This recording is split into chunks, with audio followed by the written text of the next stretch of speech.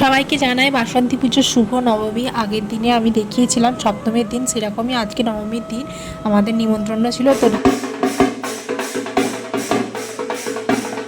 চলো এবার খাবার টেবিলে চলে যায়। প্রথমেই দেখো পড়ে গেছে পাতা, আর এখানে লেবু আর লঙ্কাটা ট্রেতে দেওয়া ছিল, তো আমি তুলে নিলাম নিজে নিজেই। দেখো, আর ওদিকে দেখতে পেলে শশা ছিল, স্যালাডের মধ্যে অনলি শশাটাই ছিল, আর নুনটা আমি নিয়ে নিলাম।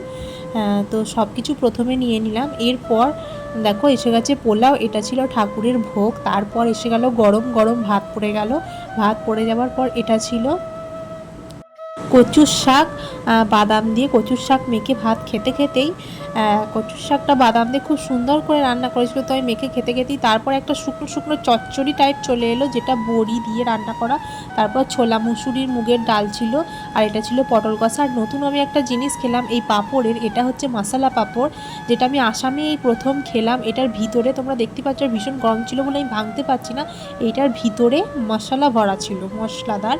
তো তোমরা কে কে খেয়েছো আমাকে কমেন্ট করে জানিও। এটা খেতে খেতেই তারপর আমি মেখে খুব সুন্দর করে সব কিছু নিয়ে খাচ্ছিলাম, আর খাবারগুলো খুবই টেস্টি ছিল, নিরামিষ ছিল। তারপর পড়ে গেল কাঁচা কলার কোপ্তা।